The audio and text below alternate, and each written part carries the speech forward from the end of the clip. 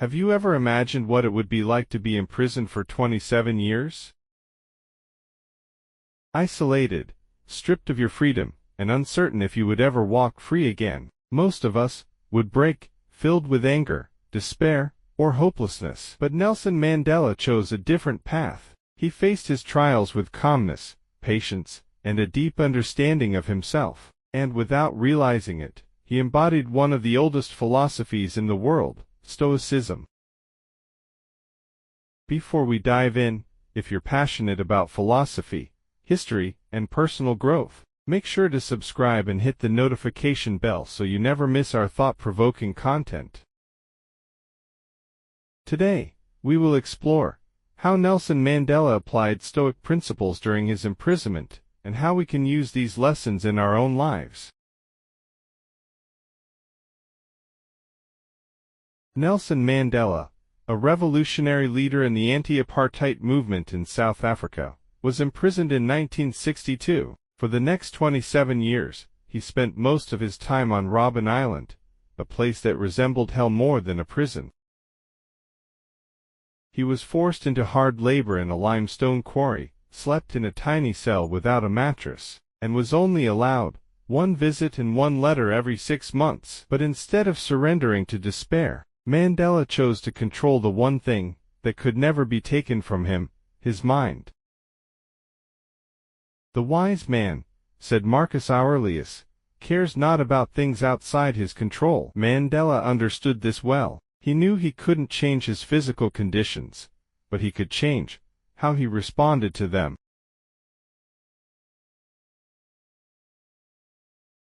It's easy to imagine how such conditions could break a person, but psychological research on resilience shows that individuals who survive extreme hardship often share certain traits: mental flexibility, a sense of purpose, and the ability to reframe their suffering. Mandela embodied all of these. He reframed prison as a place of learning, of training, of preparing for the inevitable change to come. He did not see himself as a victim, but as a soldier on a long mission.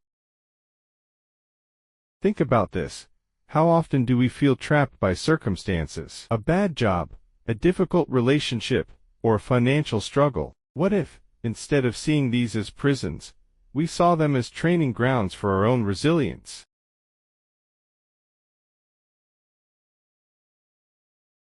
There are 3 key Stoic principles that Mandela unknowingly practiced during his imprisonment. 1. The dichotomy of control. Epictetus, a Stoic philosopher, said that life consists of 2 things: what we can control and what we cannot. Mandela understood this. He could not change the apartheid system at the time, but he could control his attitude, thoughts, and reactions to his oppressors. 2. Turning obstacles into opportunities.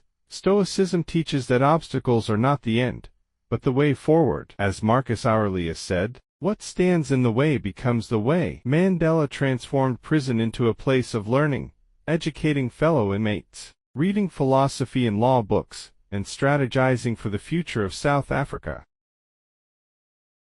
3. Patience and mental resilience. Stoicism emphasizes patience and enduring hardships with strength. Mandela could have chosen revenge after his release, but instead, he chose reconciliation. He understood that hatred would only keep him in a prison far greater than his Robben Island cell.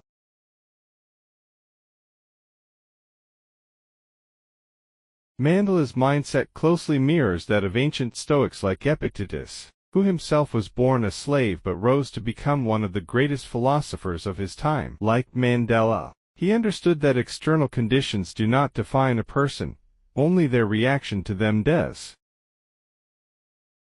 Similarly, Marcus Aurelius, a Roman emperor, wrote about enduring hardships with dignity. Even while ruling an empire at war, he reminded himself daily that suffering was an inevitable part of life, but one's attitude toward suffering was a choice. How often do we let life's small inconveniences ruin our day? A rude comment, a traffic jam, an unexpected setback. Imagine if, instead, we treated these as Mandela did, with patience and perspective.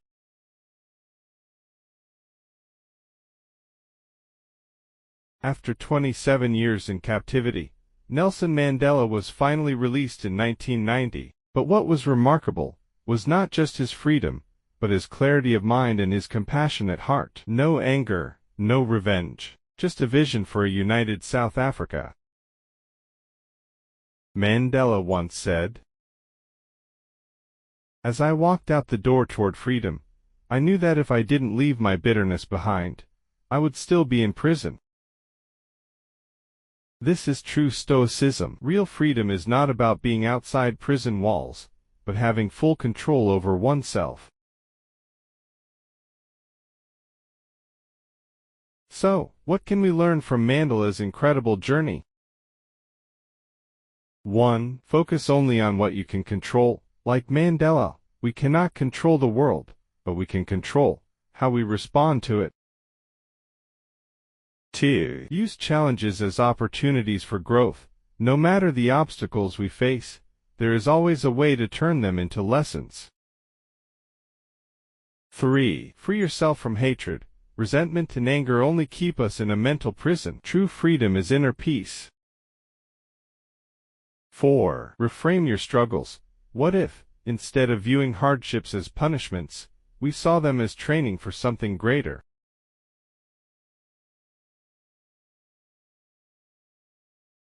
Nelson Mandela is living proof that even in the face of immense suffering, we can find wisdom, peace, and hope. Stoicism is not just about enduring hardships, but about thriving through them. If a man imprisoned for 27 years can emerge stronger and more compassionate, then we, too, can learn to face our own challenges with calm and wisdom. Thank you for watching. If you found this video inspiring, make sure to like, subscribe, and turn on notifications so you don't miss our next deep dive into philosophy and personal growth. Drop a comment below. What's one lesson from Mandela's life that resonates with you the most? See you in the next video.